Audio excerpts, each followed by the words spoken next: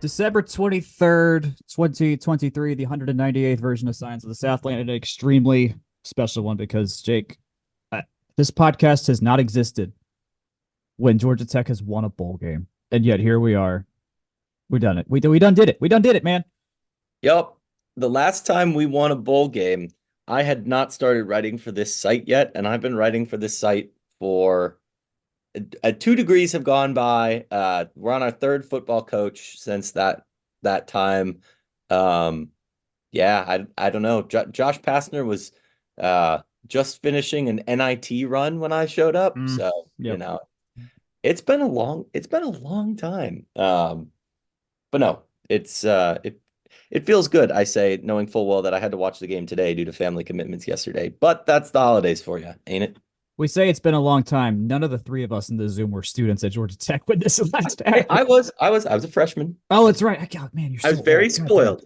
On the same day we beat number one UNC and we won the Gator That's Bowl, right. capping off a 9-win season. I'm like, this is great. Georgia Tech is lovely. And I've been Yeah. ever since. There you go. There you go. We have Maggie Scroggs here, who's, if y'all have been reading the site, has been writing our things I think I know pieces, and they've been very delightful. So, Maggie, thanks for hanging out with us. In Akshay's stead, that guy, well, sucks he couldn't be here for such a happy day. Yeah, of course. Glad to be here. It's also Festivus. Interpret that as you want in your Georgia Tech context. Some programming updates. This morning, actually, I posted the Science Extra episode with Kurt Hoyt, who is the volleyball radio broadcaster and color guy for women's basketball. So we went super, super in depth on just the history of the team and some of his favorite games because he's been around with the team since 2002, volleyball specifically, and women's basketball since 96. So in terms of the treasure troves of Tech guys that have been around and seen everything, he is up there with some of those best folks. And so that's a really fun conversation. And we kind of cover the whole volleyball season. And we have one more Science Extra coming up before the holidays or before the season, before the year is over. So this will be our last. This is our last full episode, one of our maybe last episodes before 2024. But then we got Stephen Little from Section 103 to come hang out with us, and he came and brought his stories about Georgia Tech and how he started Section 103 and everything. So that will go up next week. That's weird because we recorded that like a while ago. We did. Yeah, we're saving these up. You got to space them out. You got to space them out. Let the people have this. See, people need things to listen to when they need to just not be. When they've had enough time with your families, this is what we're here for. We've got plenty of content. You can just go in if you just need to hide away or go take a long walk. Like we've got the content for you. Did past us have any advice for future us? That's what I need to find out. Yeah, I guess so. And if you really need more content and want non-sports content specifically, we did a whole episode about the new comprehensive campus plan that basically sets a path for what Georgia Tech will look like going into 2031 and everything like that. How much of that's actually going to happen, who knows, because this is just the ideas plan. Who knows what Tech actually will say yes to and actually do. I say that, you'll hear in Construction Corner at the end of the episode how much they are doing literally at this second on all of the roads and sidewalks, which is a lot. So, okay. We won a football game. We won the Gasparilla Bowl 30-17 over UCF. First bowl went since that said aforementioned Gator Bowl in 2016. Let me run down just a quick rundown of how the game actually went down. We were just blown apart defensively to start the game, down 14-0 in the first quarter. Our first drive defensively was really bad. We allowed a really long return and then 2 quick plays, and UCF had scored. UCF had a 91 chance at winning after their second touchdown, so it was looking pretty bad pretty quickly. Aiden Burr finally got a field goal for us in the second quarter to make it 14-3.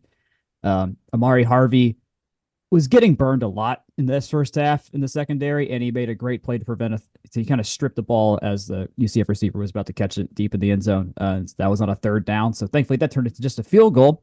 So it was 17-3 UCF in the second quarter, and then the Knights never scored again. And it gets a lot better from here. King had a 5-yard touchdown run. Then Malik Rutherford had a 41-yard touchdown catch. UCF missed a field goal to end the half, so it was 17-17 at the half.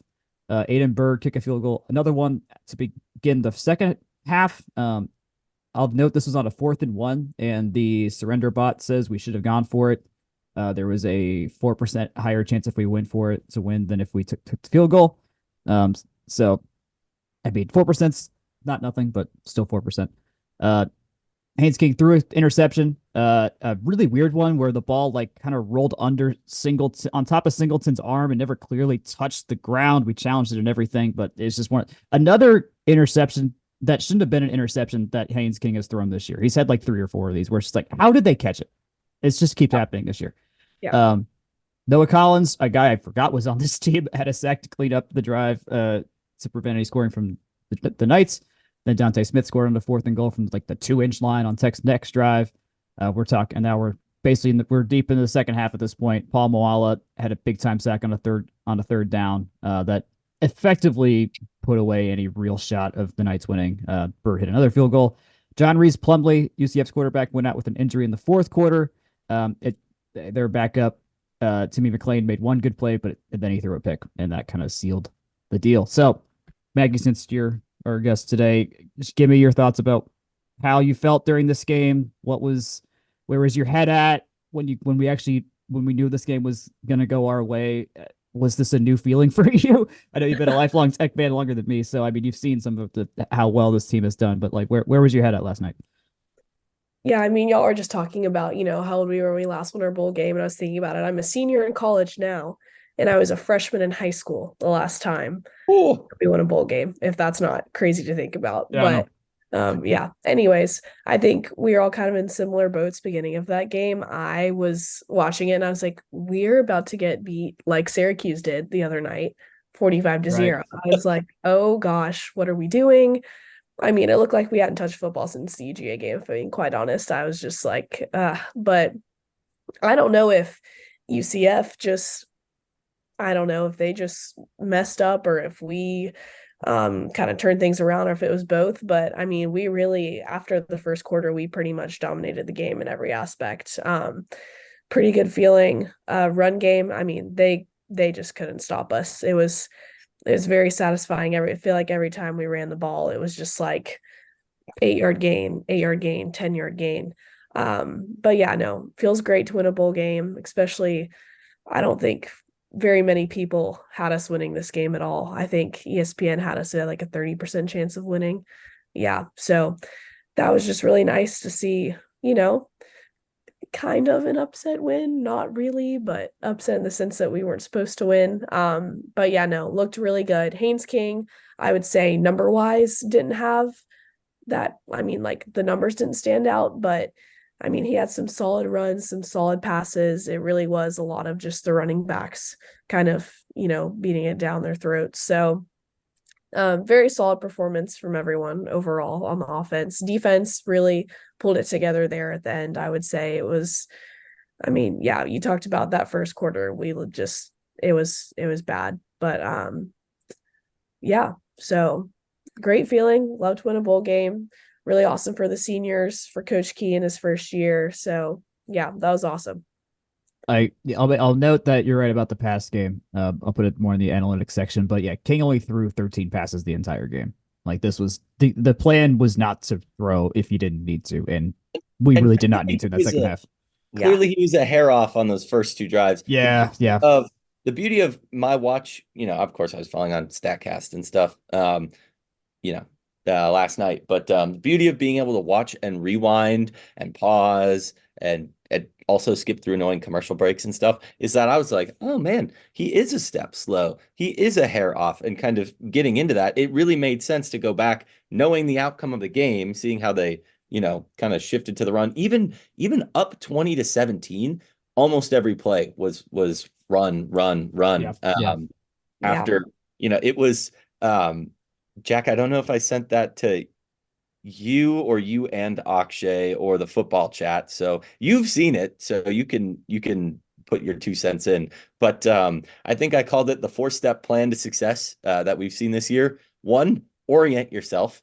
In this case, it took 2 scores. Sometimes it happens faster. 2, fight out of the inevitable hole that step 1 has caused. 3, gain a slight lead, and then 4, run the end of game play. And for UC, it took until like 4 minutes left in the 4th quarter. Miami 0-0-0, but I feel like it's the 4-step plan to success, and it's made for some interesting ball this year. I did want to bounce one of my thoughts off of Maggie's while they're still fresh. Basically, it seemed like, and Jack, you can chime in here too. It seemed like the play was very conservative. Like we noted the eating the clock out and the switching to the run, but it seems to kind of be emblematic of how, yes, Buster Faulkner's has a bag of magic tricks that he just kind of keeps spilling out there. But it seems emblematic of the key experiences. It's 4th and 1, get the 3 points, put them on the board. Just the kind of, I guess, I don't know, people call it offensive line coach style, but I don't know enough about various position coaches going to be head coaches to comment on that. But I don't know. It seemed like decisions that maybe we wouldn't have made, or like the numbers wouldn't have made, but it seemed pretty typical of Brent in a way that wasn't also surprising, I guess. Right. Yeah, because we have that Georgia example when we were really close and kicked that chip shot, which gave us a lead against Georgia, which is like, okay, well, that's not nothing. But at the same time, you also like have nothing to lose here. You've already made your bowl game. Just go for the jugular at this point, which I'd argue do the same in a bowl game.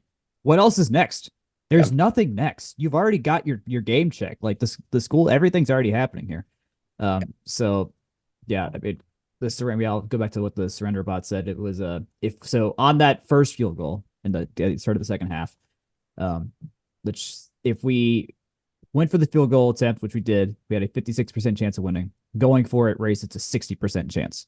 Granted, we had a 84% chance of making the field goal versus a 70% chance of getting the first down, which was like 3 inches too. So like they were averaging, and this was the other point I kind of wanted to get with the thing Maggie mentioned, is they were averaging like 7 yards of play, like, or per rush. They were not stopping our run game. No. They were not stopping us. Which is weird because their run game was also quite scary for RJ Harvey. RJ Harvey had some moves that he could pull on us. He could do some things. Yeah. We do a lot of like guy and gal remembering on this podcast. I think it fuels our own like good feelings. But like Javon Baker, tangentially tech character, it was interesting running into him again. And I think that's kind of my segue into talking about the biggest point I wanted to make is that, and I wrote the historical preview for this game, so I will totally own up to this, that it's been on my mind the whole time. Entirely poetic, not only for this game to have been Georgia Tech UCF, but at least on my like own Demons list, I walked out of Raymond James, the one and only time I've been there, steaming mad. It was a noon game in September. I cooked like I was in a toaster facing the west sun, and I was like, Paul's got to go.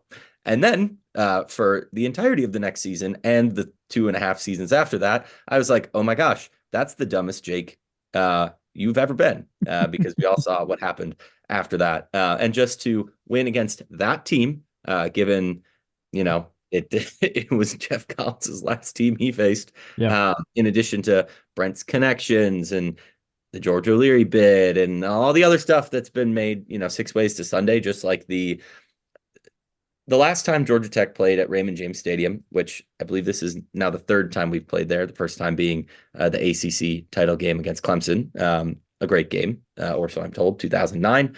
The last time we played there was probably the most emblematic of the Paul Johnson era maybe getting stale, or at least one of the biggest times I ever had that opinion personally. And to go down there, win a game against UCF at Raymond James, it just feels like, all right, the book is closed. Like, what comes next? And I'm very much in the, we've won, good vibes going into the offseason. What comes next?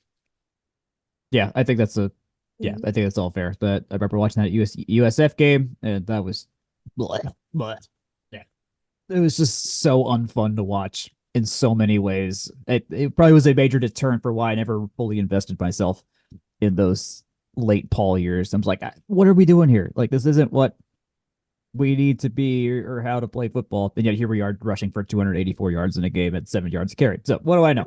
If you'll let me indulge myself one last time, I was so fed up by that game, and this is proof advertising works, because I did not know there was a Portillo's in Tampa, which is a Chicago local chain that has random outposts at other places sometimes.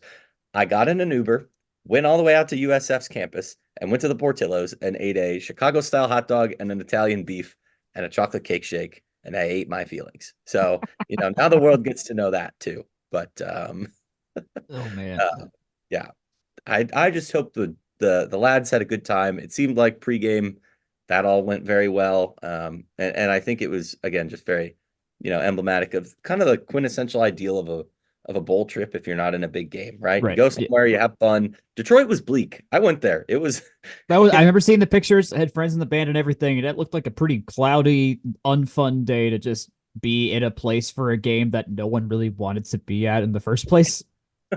So, yeah. It was like 34 degrees. So it was snowing, but it was melting as soon as it hit the ground. It was cold. At least the game was indoors, but that's still just there. They didn't even let the wreck go. I'm like, it's one of the most famous Fords that's ever been. Yeah. Wow. Anyway, okay. We don't have to talk about it ever again. So we don't. Let me note some just analytic stuff before we get because I want to hit more on that. The poetic justice of UCF being this particular game. So we talked all about that field goal. Yeah, we ran for 284 yards. 128 of those were Jamal Haynes. He had his career high. He was the MVP of the game. He had 7.11 yards per rush, which was not the most on this team because with only, granted, 6 fewer carries, but Haynes King ran for 7.4 yards a carry with his 12 carries, 89 yards. He had a rushing touchdown as well. This was a full run game of all of our 33 successful offensive plays. So plays that are positive EPA or just greater than 0. 29 of those 33 were on the ground versus in the air. So that was just at all. Most of our chunk plays were that way. As I said before, King only threw for 13 passes, one touchdown, and half those yards were on one throw too. That big Rutherford catch, and then that one random interception that really shouldn't have been one. And we were generally successful in early downs, which is a good thing because I think that speaks we know our offense is in the right state when we're getting at least that first chunk of yards on first or second down, and we're not putting ourselves in a hole initially. That was a big problem, I think, in those first couple drives we had, Jake, where it's just stuff was not working. And then we turn into the Paul Johnson death march as soon as we get those first couple of yards. Love it when we play football like that. 6 explosive running plays. And I think that's the trend we saw this whole back half of the season was once the run game gets in the groove, you get those chunk plays over and over and over again. That's how we were able to thrash Georgia way more than they thought we could. That's how we got rid of Syracuse eventually. It's just how we go down. And the defense was actually better than we maybe thought. 52% stop rate. That's like not bad for us considering that was a problem to start the game. We didn't have as many tackles for loss or havoc plays because they were throwing the ball a lot more and getting the ball out quickly with what's his face, Plumlee. But we were able to at least prevent some like RJ Harvey could have done more against us probably on the ground, and they didn't run him as much in the second half. That's what Maggie, did you notice that? Because I was like, it seems like that should have been a thing that they should have been doing, and then they just kind of didn't run RJ Harvey in the second half. I know. I was honestly shocked, but not complaining. Because I saw, I don't remember if it was in the football chatter and someone on Twitter, but someone said that we were tackling RJ Harvey like we were allergic to him and didn't want to touch him. And I was like, that's pretty accurate. So not complaining, but I was surprised that they didn't use him as much in the second half. Well, and on the defensive point, they made the point on the broadcast in real time. But it is something that translated. It really did not look like we were adjusted to tempo, right? Oh, no, that's a good point. At the beginning of the game, people were step slow, still getting set. Like it.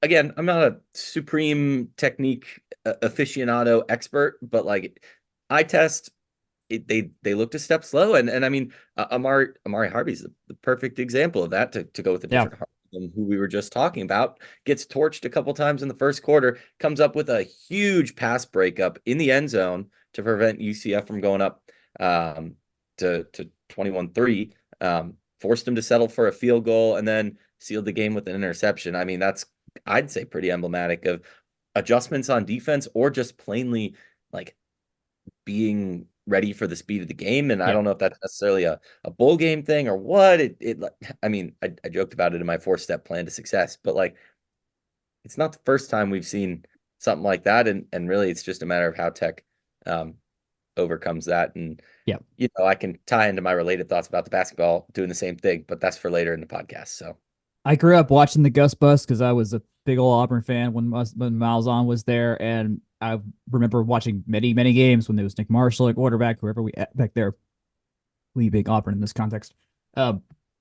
when they were doing that hurry up, quick zone read stuff, that was unbeatable. Like the SEC West, a notably very good defensive division of subset of college football in the 2010s, had a big problem when Auburn ran that way, ran that kind of football. And RJ Harvey's a great guy to put in that kind of offense. Who's fast, he's twitchy, he can get around guys and all that kind of stuff, get the edge. And he's still got the kind of like bell cow back kind of yeah. Feed him. And there'd be so many times where I don't know why which is hilarious to think that 10 years later Gus Malzahn still has the same thing. It's the same problem of like, wait, you don't do this more frequently? Like people don't stop it when you do it in the first place. Just do it until it stops working. And I don't know what the dealio is there. So I think good stuff on the defense, good stuff offensively, of course. UCF ended up having negative EPA per play. We had 0.14 EPA per play. UCF had a little bit more yards per play, but not a big deal at this point. And then beyond that, pretty normal stuff all around, nothing too crazy. Our offensive EPA ended up being close to 9.5, and UCF's was negative 1.6. So we like it when other teams are sabotaging themselves, and we are not. They also had a negative 4.4 special teams EPA, which, not good. Not good. Special teams should never be negative. Never, ever. We should know that. We're experts in knowing that. Anyways, let's get to the narrative part of this, because I guess it's the big deal. That's what I posted on Twitter and about this. The fact we were getting UCF gave us a rare opportunity to really close the book on on this weird in-between chapter of Tech football where we're out of the hellhole of the Collins era and trying to solve this is real. And then trying to figure it out. I appreciate the candor. That's all. Many of us are, it's been too long. We just got to say it as it is at this point. Many are saying. I mean, we both probably remember that game. We should have won that first UCF game 8 different ways and found 9 different ways to lose the game. And so we didn't win. I remember someone put up Jeff Sims' stat line, and it was like, he threw for 300 yards and 1 touchdown and no picks, and we lost. And that's Jeff Sims doing that. That's a really good. Yeah, this is the same Jeff Sims that lost to Colorado, which is not a good loss anymore. I mean, he lost to a lot of teams, poor guy. But hey, he got his degree, and that's the most important thing you can do. That is true. That is true. He did get his degree this past weekend, so good for him. Yes. But does it feel like now that because we got this particular win in this context, that we're on the other side of this whole saga of crawling out of the depths, and we're at a reestablished point? Maybe not, hopefully not all the way, because we want all the way to be a national title, of course, but at least out of whatever pit we were in. We think we're out of at least that. So I got one quick hitter. Speaking of national title, did you hear Haynes' interview, or I should specify Jamal Haynes' interview with WSB after the game last night? I did not. Enlighten me. Hold on. I texted it word for word to Josie because I was like, this is funny. I need to tell somebody about this. So I'm going to pull it up. Quote, "This is just the beginning for Georgia Tech. We've got a long way to go, and we're coming to a town near you. ... The sky's the limit. We want the playoffs, a national championship. We're on our way." I'll let him do the talking. I like it. What do you think, Maggie? I did hear that. Yeah. I thought coming to a town near you was kind of funny. It made me chuckle. But yeah, I mean, I think if the team believes it, then that's a good start. Got to start somewhere. But we'll see. It may be a few years away if it gets to that point. But I like the positivity. I think the team, I think they believe, I think they all like Key, which I think is a very big deal. Like I personally, I've worked in recruiting, and so I kind of know some of the players, and they all like him. They believe in him and support him, and they play hard for him. So I think that really is a good foundation. It shows up on the field, that's for sure. I mean, there's a lot of these close games that in the past were never going our way. Like you'd play, even this year, like we were kind of in it in those Louisville and Ole Miss games until we just weren't. Kind of. We were winning. We were. That's right. I forgot the Louisville game we were winning. I didn't watch the Louisville game. Sorry. But even Ole Miss, like you it was were in once a field somewhere for that. I was right? in the middle of Ohio listening to old people music, and I was having a great time. But and I do want to clarify, I'm not necessarily saying that Jamal Haynes' opinion is my own on the national championship. no, but there's a lot of very large differentials that Georgia Tech has versus its peers in the conference and out of it that are systematic and very hard to overcome. Money is a big problem there in a lot of different forms. If you want to go up the road to, say, Athens, think about the size of the TV check they get, think about the donor base, think about the NIL. Those are all really serious things that prevent somebody from winning a national championship. But a step forward, also, just good energy. Those are things that, you got to believe you can win before you can win. I know that's like the cheesiest sports junk you can say, but no, but that was the reality we were facing. It's true.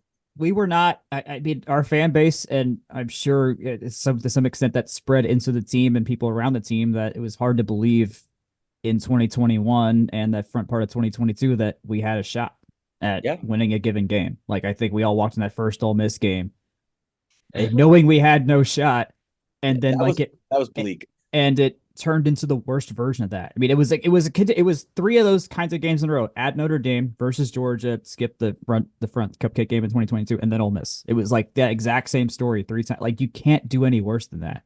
They scored 0 points against those teams in there too, which was Jesus Christ, yeah. Like, it's nowadays, at least we putting up the game plans that make Georgia think. We put up the game plans that Alabama steals to beat Georgia. And all the little things are coming together. When we can make the little things come together like we are now, that allows us to win crazy games like at Miami, North Carolina twice in 2 years, and that Pitt game last year as well. Like, it starts adding up. It starts adding up. Your recruiting gets better, and the work shows. So, let's go to some miscellaneous stuff. Cigars on the sideline before the final whistle was blown.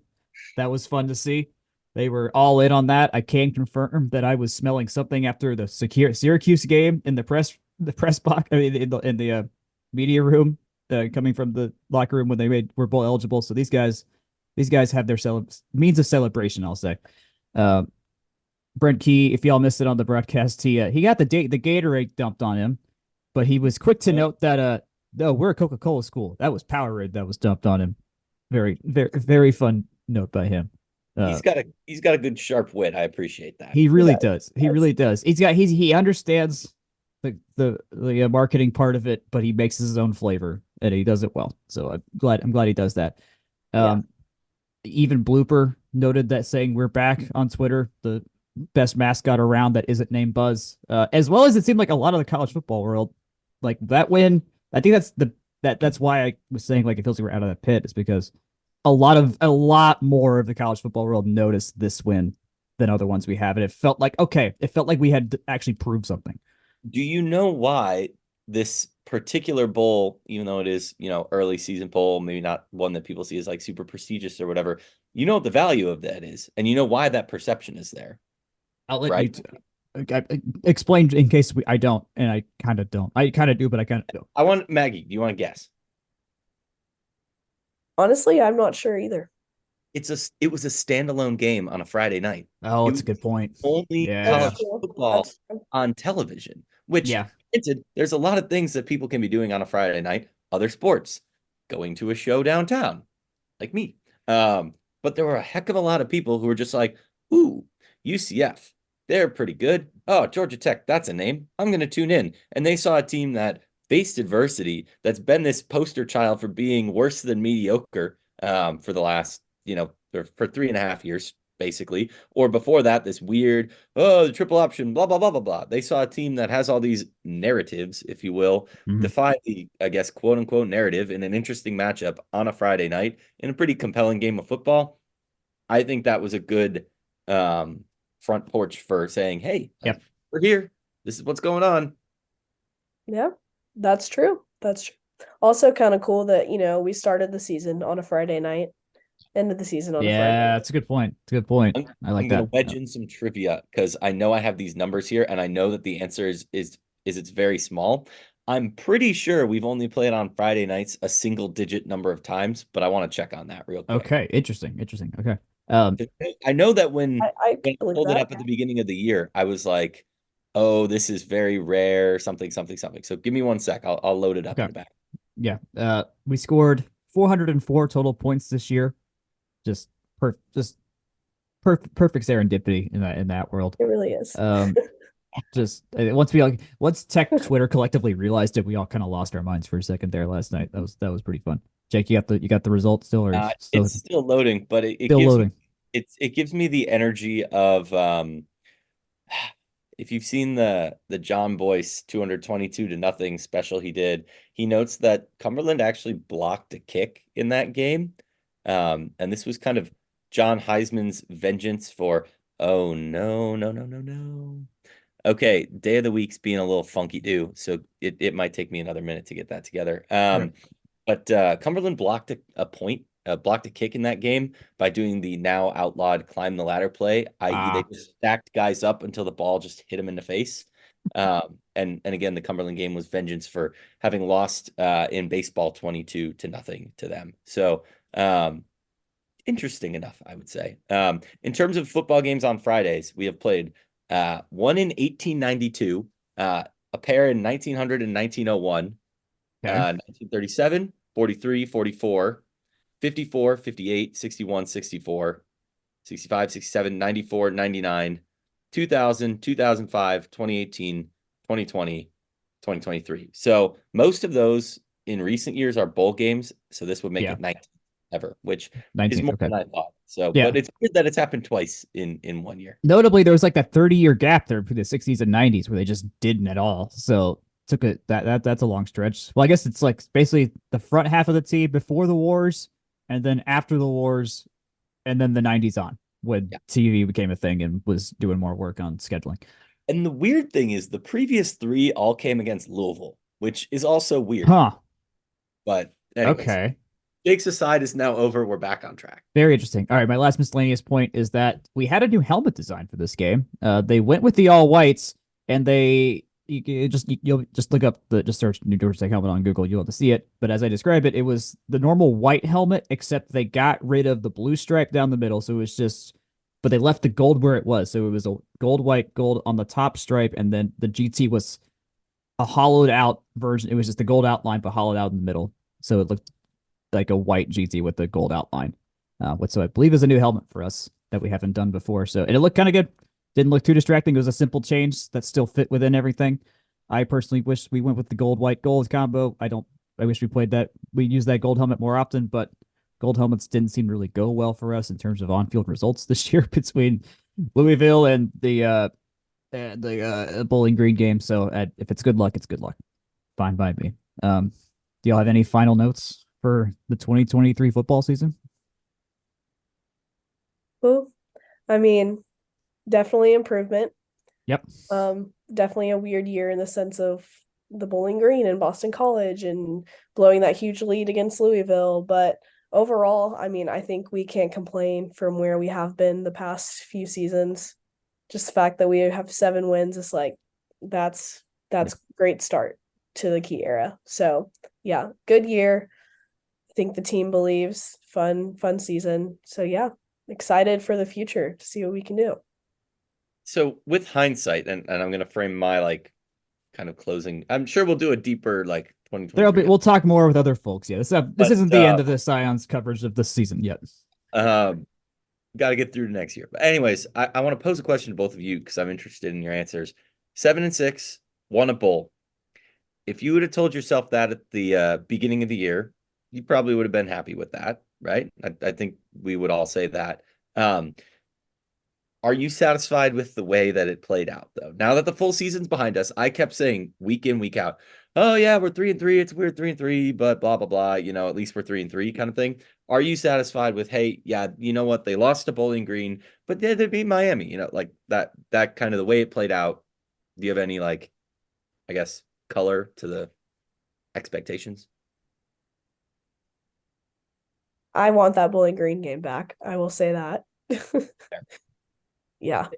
But I mean, expectations, I feel like were I feel like they were exceeded. I think some of us were hopeful and thinking we could make a bowl game, but I think the general media, everyone was like 3-win season, another one, whatever, move on. Yeah. So can't complain too much. I think hopefully in the future we need to win those games that we should win like that. But yeah. Yeah, getting to that fourth win in itself was like a success spark, just because we at least it felt weird that we were picked to win only 3.5 again, which didn't seem right, knowing how we played at least effort wise at the end of last season. So that felt low to begin. I know I was one of the multiple ones of us that predicted 6-6 this year, and it was a pretty easy roadmap to see how you would like. You saw where the ones you really should win were. You saw the ones where you really should have lost were, and then you just were like, well, it's the ACC, so something crazy is going to happen in those other games, which I just didn't apply that logic to the games that I thought we had no chance in, which I should have done. I noted, I was thinking about this morning too. You mentioned the ACC, like something weird's going to happen. We play in a really competitive conference. I think that's something that I think that's something that gets used as like a ding against the ACC in a way that I think is a little unfair. I think it's super interesting that we've had 6 different, 7 if you count Notre Dame in 2020, but 6 different teams in the conference title game in the last 3 years. People can rise, people can fall. There's 12 bowl eligible ACC teams this year. Yeah, Syracuse did get pounded in that former Big East rivalry, I guess you could call it. Maybe I don't know there, but there's a lot of games left for the ACC to say, hey, this is good football. I think we saw some really compelling games happen this year, whether that's us or otherwise. So no, I think we definitely walk away with the season with a lot of like, I just said earlier, we do a lot of like dude remembering on this podcast. Mm-hmm. Like we're gonna be talking about that Miami game maybe forever. Yeah. Oh yeah. Yeah. Probably forever. Like hope so. For the 8,000th episode of Scions of the Southland. Oh my God. Yeah. Anyway. No, that game sticks out. I mean, you play to the final whistle. It's a 7-win season, but it feels like arguably much more memorable than our last 7-win season, if that makes sense. Oh yeah, no, yeah. I mean, that was 100%. That was the final Paul year, 2018. Things were feeling weird in the first place.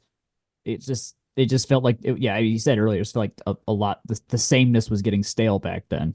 We did have that one spooky Miami game, but I feel like all Miami games are kind of weird. There's some weird energy to all these games. It's never as simple enough as just a basic football game. Fair enough. So 7-6, above 500.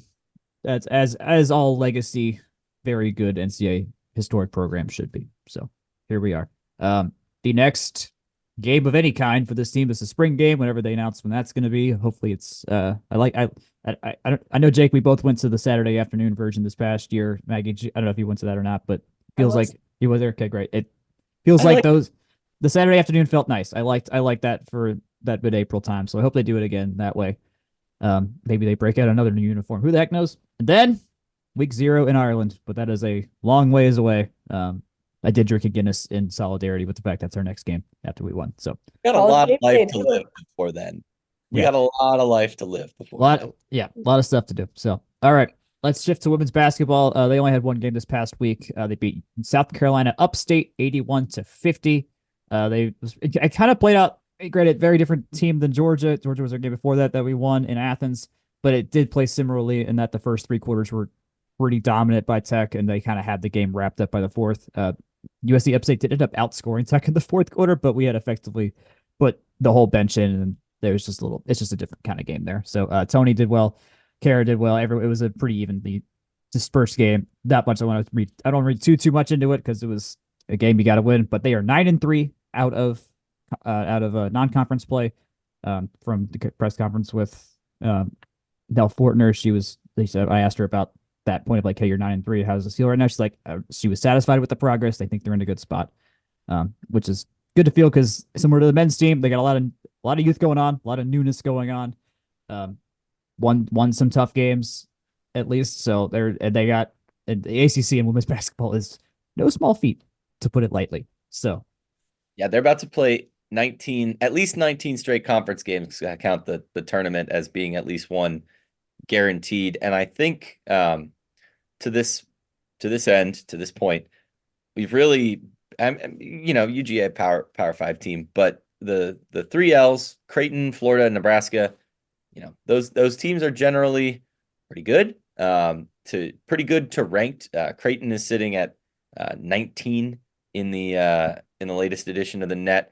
Florida's at 49. Nebraska is at 21. You might want to have the Florida one back, but Tech sitting right in the low 50s. Kind of, I would argue, says probably a pretty similarly matched up program. I think that indicates right now they've got some work to do. And to your point on the ACC, that work is going to be hard because there are a lot of very spooky teams in the ACC, and I think that's it's a good thing. That means you're going to get a lot of opportunity, but it also means, like we saw last year, there's really a strong potential to just pile up a lot of L's. If you look at the rest of the conference, looking up, Georgia Tech sees in front of them not just Notre Dame and NC State, which are top 10 teams, Virginia Tech, Louisville, Duke, Florida State, Miami, North Carolina, and Syracuse. That says, even though Tech is, that borderline top 50 team, they're fighting for 10th place in the conference right now. Which, that's an uphill battle. Those are all going to be real tough games. Maggie, have you had a shot to see Russ Auguste play yet? Nope, I have not.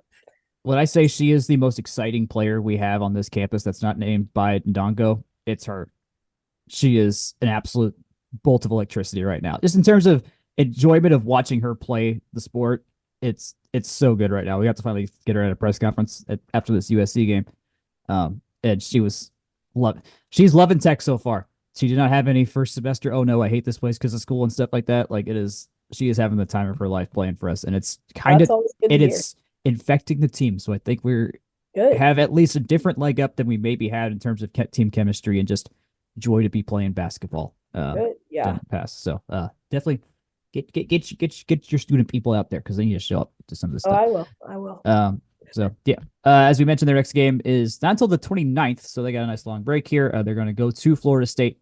It's a 2 p.m. game, right at the front end of the New Year's break. So, and I do want to clarify one little piece. Florida State, Miami, North Carolina, and Syracuse are all like spitting distance from Georgia Tech, if you will, in terms of how they've kind of shaken up so far. So it should be a really interesting test to start the season on the road at Florida State, and then they'll get a little bit of a reprieve with Virginia and Pitt after that. So backloaded ACC slate, but Florida State and Georgia Tech should match up pretty well. We should learn some stuff. Yes. Yeah, these first couple of ACC games are going to be extremely revealing to where they really, really are. So before we get to men's basketball, tennis, and a lot of construction, let's hear from Section 103 for a sec. Yes, Section 103 is the official sponsor of not just this podcast, but quite a lot of what we do at From the Rumble Seat. Go check out articles that we bring to you, not just for the site, but also for the Section 103 discount code as well. That's FTRS for 10% off. Use that. Tell them we sent you. That does help the site and help us as well. Section 103's got great content. You can celebrate Haynes King being responsible for the most touchdowns in Georgia Tech history by buying his jersey. Also available is the guy he just passed, one Mr. Joe Hamilton, in terms of unique, personalized. To my knowledge, you can't get anything like that anywhere else. So definitely check out Section 103 for all those faux jersey looks, as well as some great retro. That's more my speed, as well as the Tech word mark. That is the place to find it. Steven's a great guy. And also check out our interview with him coming out in the next couple of days here that we mentioned earlier. It was a great privilege to be able to get him on our airwaves, and that'll be to you shortly as well. Remember, Section 103.com, at Section 103 on Twitter, and code FTRS blog for code FTRS habit for 10% off there as well. Men's basketball, they are not in the state of Georgia. They are not in the continental 48 United States. They are in Hawaii for the, Diamond Head Classic? Is that what it's called? Something like that. they played UMass a couple nights ago and won 73-70 to ensure that we beat at least one team named UMass this season. Then they beat Hawaii a couple hours after the football team was done in Tampa, winning 73-68 over Hawaii in their building. So we ended up having a true road game out here in Hawaii. So we have those two wins give us I guess, Diamond Head final matchup against Nevada on Christmas Eve night. So the day after this comes out. Let's go to the UMass game. Sturtevant had a career high 21 points off the bench, which is really nice to see because I think there's been a little bit of struggle there with Kyle recently. Had a lead at the half. Then UMass outscored us 30-11 to start the second half, which this is a trend that happens in the Hawaii game too, and it has in other games. The front half of the second half is not our friend, it seems, this year. And then it came down to some Sturtevant free throws to get the lead when we needed to. So either of you, if you have any thoughts about this UMass game, shoot. I know that there's not, quarter divisions in college basketball, but Jack, that is what I like to call, well, actually I invented this term first, but the third quarter nap, where, football sometimes does this too. It really applies to all sports, but Georgia Tech men's basketball, for as long as I've been following this team, just loves that third quarter nap. We'll talk about the Hawaii game. I don't want to get out too far in front of our skis there. There's also a third quarter nap there. But I think this game turned on its runs, if that makes sense. Georgia Tech would pile up, get some momentum. UMass would pile up some more points as well. In the end, I think the most critical play, and I'm sure you guys heard that this has happened, but Bandango gets called for a goaltend. In the moment, did not look like a goaltend. About 4 minutes of game time later, the refs went back and reviewed because that's something that you could do, and they took away the goaltending, which also means that UMass had the elusive negative points play. The game, yes, I believe the lead was cut from 66-62 to 64-62, essentially turning even Tech had been on kind of a run before going on UMass went on a scoreless streak, but essentially turned it from a 7-0 run to a 9-0 run, but not the old-fashioned way, I guess. Dare I say, UMass had a reasonable chance at getting a live ball if they would have gotten it off the rebound and gotten the points anyways. But I mean, that's why they can review stuff. So refs called it by the letter of the law. They made the right call. I don't know. It's weird. I've never had to talk about refs just taking 2 points off the board in a critical game, which is very close towards the end. But yeah, we are Georgia Tech, and this is a couple times we've seen this, but just back and forth, quick points from the other team, including kind of inopportune fouls, which is also something we saw against Hawaii. But it certainly was not an easy game, and it was kind of a rude awakening start to the bowl season, I guess, was the I don't know. I'm trailing off. I don't have a good conclusion here. It was weird. It was weird. It made me uncomfortable, and thank God we won, because it was much better to be criticized, or not criticizing, but critiquing, commenting after a win. But that's the same thing I said about the Penn State game, which also featured a ton of points off turnovers, which was something we saw here. Too many fouls, too many turnovers. Not good. But rebounded good. Scoring when it matters, also very good. So you got to take the good with the bad, especially for not necessarily a completely young team, but certainly one with a lot of young key contributors involved. Of note, Ebenezer DeWuna started this game. He's been starting recently with the Don Go George Reeves group, and he was at -13. He only played 6 minutes in this game, which resulted in Gapari actually starting the game against Hawaii, and he was pretty productive in that game as well. Of note, we shot 18 of 21 from the free throw line. Massachusetts only shot 8 of 19 from the free throw line in this game, so should have lost maybe. You can't miss over half your free throws in a basketball game and expect to win. And sure enough, that's what happened to UMass. So not a good look from them there. Beyond that, Bandango made all the shots. Not a great Kelly game. He only had 7 points on 2 of 11 shooting. Kyle was 6 of 10. Reeves was only 3 of 10. I got 3 of his shots were from free throws. but Sertivate was at plus 14 on the floor. Tyjon Claude played 23 minutes. He was at plus 16 on the floor with 9 rebounds to lead the team. So he was definitely a big guy there.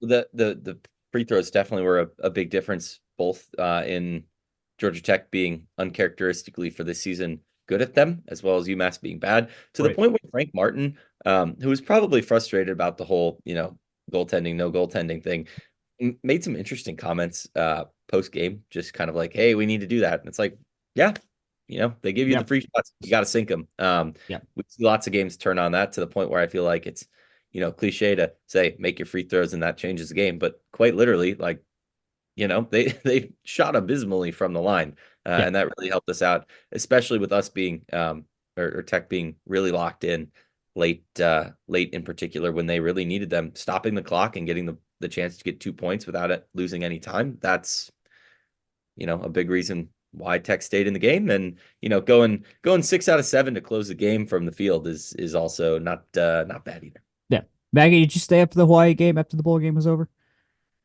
Nope, I did not. I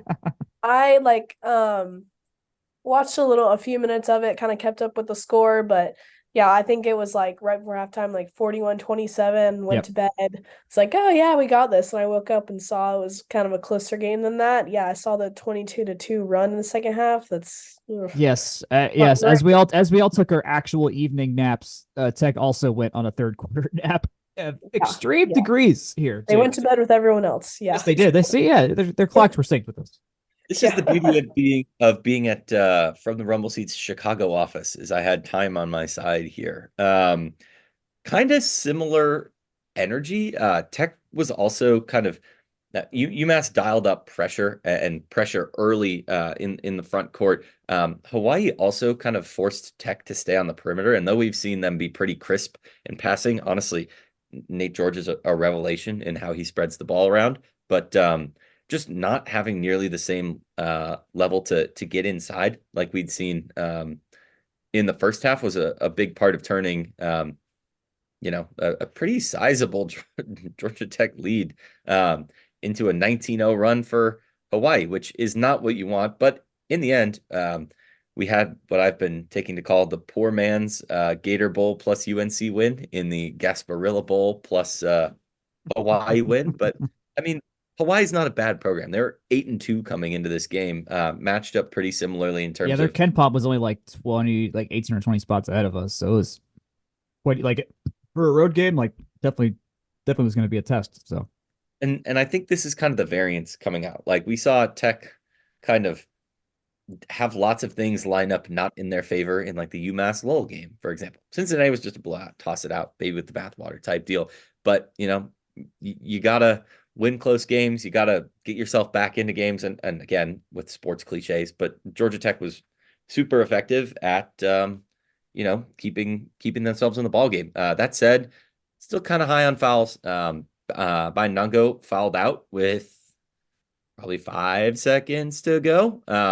Luckily, they missed the and one, but on both of Hawaii's last drives, Tech and I know Nungo was the last one. I cannot remember off the top of my head who the one, maybe it was Gapare right before him was. But if you're up by a possession or 2 possessions, 4 points type deal, you cannot foul in those situations. It is just let him, like, if you're going to get blown by, all right, give him the 2 points, take the ball. But we've also had issues on the inbound there. So, I realize that that's not necessarily always universal advice, but letting them get to the line, not super great in those cases. But again, a win's a win. There's a lot to like about what Tech's been doing. Offensive rebounding in general has been super strong. I think Tech's been spreading the ball out pretty well. Quiet night for Debo on off the bench against Hawaii, but he had a strong start against UMass. Miles Kelly had a kind of, I guess, more of a return to form type game. Better game, yeah. 5-11, yeah. Relatively quiet against UMass. I'm trying to just hit the points in my head to see if there's anyone else that I remember. I'm looking at the box score. Dewuna didn't even play. We only played 8 guys this whole game. Sturdivant, Coleman, and Claude were the only ones that come off the bench. Most of the every starter played at least 29 minutes, so played effectively 3/4 of the game. If I did not go score. Kyle Sturdivant against UMass. I don't give that fellow enough flowers. He did have a really strong performance against UMass, so did want to note that as well. So with that, we've won 2 games in a row with 73 points. So we have a shot to go for a rare triumvirate, and just the weird, we score 73 in Hawaii on 3 out of 4 days. Doesn't mean anything, but hey, we'll go for it. So as of recording, they are 8-3 right now. So we'll be 9-3 or 8-4 probably by the time most of y'all hear this, after they play Nevada, which is a 9 p.m. game on Christmas Eve. So I guess if you've got kids and you can do your 5 o'clock church or something like that, I don't know, you can still catch this game after the kids go down, unless you have like Santa Claus stuff to do. I don't know how y'all do it. My family's going to be at church late that night, so I'm probably going to miss most of this game. Jack, what if there are children listening to this podcast? You just ruined the idea of Santa Claus for them. So congrats. Oh well, yeah, tough. Put a censor. Figure it out at some point. It's podcast. Parents, go back and don't listen to this. I don't know. I do want to say Tech is up to 108 in KenPom. They were much lower. Not very long ago. So that is good to see. In terms of just a quick opponent preview on Nevada, I do think that's important. They are one of the best teams Tech has faced yet, will face yet. Duke is, of course, very far up there, top 10 energy. Nevada's sitting at 38, so not quite your Duke, but definitely a really strong team out of a pretty strong Mountain West. Honestly, they've got a lot of great programs out that way. So probably the if not the best team Tech has played since Duke. Because that's more recent than Cincinnati. So best team Tech has played since Duke. So they'll need to come to play if they want to win. Last note, we had a big recruit get right before kickoff against was it UCF. We got Darian Sutton. He's a 6'10" wing forward. He's out of Overtime Elite. He had 51 offers come to him, of note, from Kansas, Florida State, and Michigan. Carl Hobbs apparently did most of the legwork here to get this recruit. It's a big flip for us and a major get it from the Overtime Elite top 100. So winning on a lot of different factors this past week. And I forgot to even mention, we had a really good signing day too for Tech, where we got Aaron Philo finally put pen to paper and a bunch of other guys. We'll cover that on later episodes when we have more time. So I don't know if any of y'all have any notes on Darian or anything like that. I just saw it on the Twitter, and then the football game started, so I kind of lost track that had happened. So, but I think we'll all catch up to that. Okay. Last on the official sports notes, that both the men's and women's tennis schedules have come out. So we come to Maggie. You are here for one of the great traditions that we have here on this podcast, which is the ceremonial reading of the schedule. I've got the women. Jake, I've got the women's schedule pulled up. I don't know if you want to take one. How do you want to do this? Let's start with the women, because I've got it pulled up too at the moment. The thing that jumps off the page to me right away is you see some classic Georgia Tech season starting. Michigan Invitational. I in my head it happens every year. Maybe they've switched it up, but they head up to Ann Arbor, if not every year, then close to it. And then you've got the ITA kickoff weekend. They go on the road for ITA kickoff weekend. They'll get Wisconsin in the first round, and then Texas Tech or Virginia in the next round. For those that don't know, the ITA kickoff weekend is essentially like a preseason NIT, but for tennis. I don't even think the preseason NIT happens anymore. I didn't know this was a thing until this year after the season started. So I guess time flies. But anyway, so essentially it's it's the indoor college team national championship. Whereas the NCAA is the outdoor. Tech does get UCF an opening weekend. We did that last year.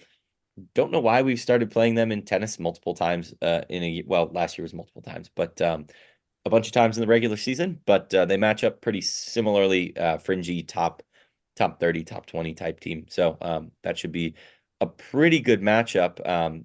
Georgia Tech women's tennis schedule is pretty strong out of conference. South Carolina, another similar program. Northwestern, very good. They get a couple usual suspects from around the area in the ACC slate. But Jack, any comments, questions, concerns? I'm glad we get a cool team we never faced in anything kind of opponent in Penn. who gets to come here and play. That's just fun to play Ivies and anything that aren't like those big like track and field or just where a bunch of other teams are already there in the first place. Like, no, we are playing Penn one-on-one in a sport. This is just a rare occurrence. So I think that's kind of cool. Ivy League tennis is pretty good too, so that should be a decent match. All right, good to know. Of note, this team travels a lot. They are going all over the place. Let's just read off these cities again. They got to go to Michigan, they got to go to Ann Arbor, they got to go to Charlottesville. Got plenty of matches here. Go to Columbia. They go to Columbia. They got, if they make, I assume they'll be at National ITA indoors. So that means they're going to Seattle for a few days in the middle of the semester. Gotta be Virginia to do that. That's a little spooky. So. Good point. Okay, so it'll be tough, but if we get there, glad we got there. And then and then Georgia's coming. The Lady Bulldogs are coming here. And then the guys will go to Georgia this year for that matchup. And then your normal the ACC slate's not as bad. We do have to go to Syracuse. And all the way down to Coral Gables, but we have our usual North Carolina pit stops and stuff like that. So, and then the ACC championships, same as the guys as well. Cary, North Carolina. The guys, on the other hand, they also play an Ivy League team because they are playing Brown to start the year, also at home. So if you're a guy like me who just likes to see unique matchups, you get two of them here. The girls play Penn and the guys will play Brown. To start the year, and then they've got Bama, Presbyterian, Sanford, and Wofford, and Pepperdine, and Santa Barbara. Jake, why are we playing so many weird teams? Yeah, so we kind of load up on a lot of. I think that the schedule difference between the men and the women is that the men kind of occupy a slightly different space in the national field. The women are a top 25 in a down year to a top. Let's remember. And Maggie, here's some trivia for you. Maybe if you don't know if you know, but our most recent national title is still women's tennis. That's the only official one that we've ever won, according to the NCAA. But yeah, no, the men they do load up on a lot of teams that are mid-majory types that that text like, hey, we'll schedule any comers. We want to get some notch some wins, get those under our belt. It's also just good experience. So kind of the scheduling philosophy is the women are a little bit more, they're drawing in a national Northwestern type deal. The men, they do like to stack those dubs, and more power to them in that regard. In terms of the West Coast swing, I'm fairly certain that fills the slot of the ITA kickoff weekend that the women are in Charlottesville for. Mm-hmm. The men will head out to Pepperdine, UCSB. At least on the women's side, I recall Pepperdine has been very, very good. Very recently, we've faced them in ITA and other tournament settings pretty regularly in the past. So they'll get two stops out there with Pepperdine and Santa Barbara, UCSB. Those schools are not very far away from each other, so pretty doable road trip there. Much less daunting than their next week going over to Athens. Yeah. Well, I say that Athens was. I was here for the match last year when the Athens boys came, and couldn't get a seat in the house. I wish it was an outdoor day because there was no seating to be had inside Ken Byers. So we play a lot of the local folks as well. We got Mercer on the schedule, Georgia State's on the schedule, the Citadel's on the schedule, and then our standard ACC slate of everybody before they go to North Carolina for ACC championships. That'll be close to the end of April. So. We've got, if you're one of those crazy folks that not crazy folks, very sane people that wants to go see everything you possibly can in the spring on campus, there's plenty of days where you can do a softball game, a tennis match, and a baseball game all in the same day. Now that I've looked at it, I got to do the actual what is the maximum number of things you could see on campus because spring sports at Tech is just loaded. I believe one of the reasons that we slot in the Citadel in the ACC season is also because there's an odd or a different number of men's versus women's teams. Okay, gotcha. Does have a women's team, but does not have a men's team. Pittsburgh used to have a women's team as well, but they cut that about 4 years ago. Time is flying too fast in that regard. So not only do we do the men like to take all comers in terms of getting some wins and piling those up, but interesting ACC quirk of I guess having one team but not the other. Honestly, kind of similar to some of the stuff we see softball versus baseball, but that's a different. Yeah. So we'll hope Kennedy Thorne's team does the trick. Maybe Chris Eubank shows up for a match. Who knows? Maybe so. I just hope Andres Martin made it back from Tunisia. That's all I care about. That would be great. I hope he's not still there. For context, Maggie, our main dudes played a tournament out in Tunisia in the fall, and we just never found out if they came back. And they like play a game back in the States or a match in the States after that. So we're just worried for their safety. Hopefully they're having fun in Tatooine or something like that. Maggie, I do want to go to you for a final topic, which is construction corner, because you are on campus, living on campus, doing all the campus stuff in your final year at Tech, and there is construction all over the freaking place right now between paint lines going down on multiple streets. Half the sidewalks seem to be being redone right now. Half of Tech Parkway is closed between Guggenheim and State Street for something. So beyond just like, okay, they're doing stuff, is this actually impact just on from a student level? Is this actually impacting you on a day to day of just like, oh dear, there's just things and noise and stuff everywhere? Or is it just par for the course? Yeah, honestly, not too bad, but I also could be not the best person to ask because I'm a Scheller student. So We are that's kind different. of like, We are. Yep. yeah, kind of off campus, if you would say. But I guess they are right across from Scheller are doing the new the huge IE building. Yeah, it's starting to get underway. Yeah. So yeah, that's a ton of construction in itself, but nothing like, affecting my day to day. I will say I think the whole Peter's parking deck thing that is kind of getting under a lot of people's skin, for sure. But yeah, nothing I don't think that is like, you know, affecting anyone's travel from class day to day from what I've heard. Not too many complaints, but I mean, like we talked about before we started the episode, construction is just always going to be a thing on college campuses, So, Yeah. yeah. I heard they were dynamiting for the new IE building. That's what I would. There are yeah. If you drive by it, the hole in the ground was a lot further deeper than I thought it was gonna be when I saw it. The Coda. I remember the Coda foundations were huge because they also had to put that underground parking deck in there. So I imagine it looked something like that. But I thought it would be cool to be around if they were blowing stuff up. But maybe that's the mechanical engineering. It's loud. I'm told it's at 2:30 every day. Is that right? They have to It's time like it out. weird. It's been at 2:14. Oh, okay. 2:14. Yeah, Specifically because at I have a 2:14. class at 2, so we'll be sitting there lecturing and then like Scheller starts shaking. I never had it. I was taking classes next to Coda when it was getting built in Scheller, but I don't think we ever had the room is shaking level of stuff. It was just some machine was just obnoxiously loud when we were just trying to have a normal day in there. So to be the like, well, when I was in school, blah blah blah blah. Oh my god. I feel like it's one thing, especially if you're a student that lives on campus or near campus. It's one thing if like a road's kind of funky, but you can still go another way, and it's another thing when it's like, oh, we just don't have a student center for a year and a half.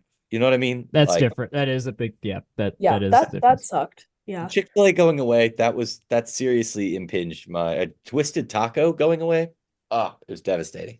No library. Oh man, kids don't know how I don't know how I lived through us not having a library. That was wild. I did go into the notes, into the documents to take a look at some of the construction documentation.